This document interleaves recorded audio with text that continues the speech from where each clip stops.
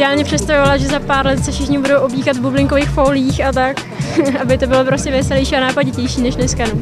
Jako přijde mi škoda, pořád vzpomínám, jak když se lidi oblíkali jako třeba králové a takže lidi byli prostě honosní a bylo to zajímavější než dneska. Lidi mají kravaty a to je nuda podle mě. Že třeba lidi nemají ani čas moc se nad tím zastavit, jako nad tím, jak vypadají třeba, že možná ani nechtějí s tím něco udělat, že dneska je důležitější i ta značka, než to, jak to ve skutečnosti možná vypadá. No.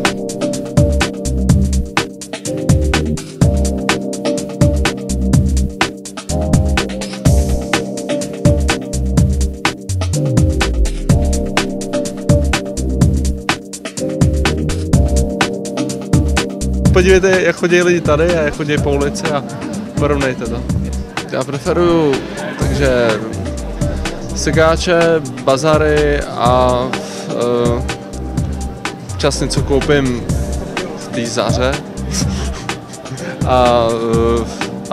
a takhle když cestuju, tak v nějakých malých obchůdkách, teď vám neřeknu. Tahle ta košile je od teda Bakera a to je z Tajvanu, ale to mi přivezla kamarádka.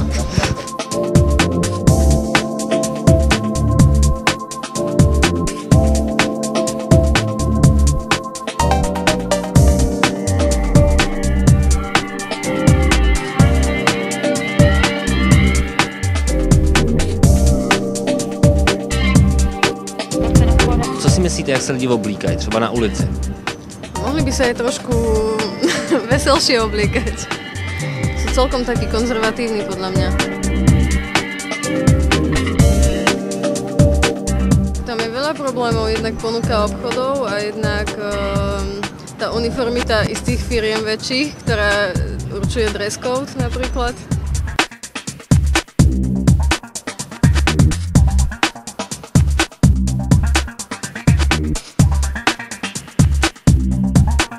Já jsem dneska strašně nadšená, jak tady chodí lidi oblečený, protože jim to všem hrozně sluší.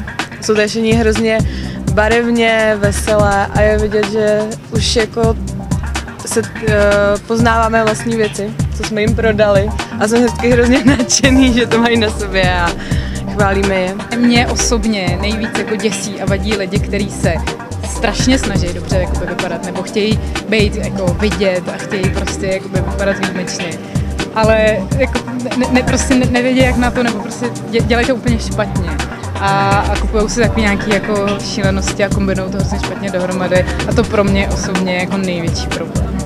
No tak záleží taky na tom, jaký člověk žije život, že jo, a taky dost často na to prostě nemají čas a nemají ani jakoby potřebu to řešit. A mně to je hrozně sympatický na jednu stranu, když člověk prostě je outdoorově oblečený a naprosto se za tím stojí a já mu nebudu nikdy nic nutit a nebudu ho přesvědčovat o tom, že by to mělo být jinak, nebo že mu to nesluší, nebo že mě ten konkrétní chlap třeba nepřitahuje, protože má prostě kalhoty Rejoice a nějakou bundu, jako nevím, z nějakého houdy sportu.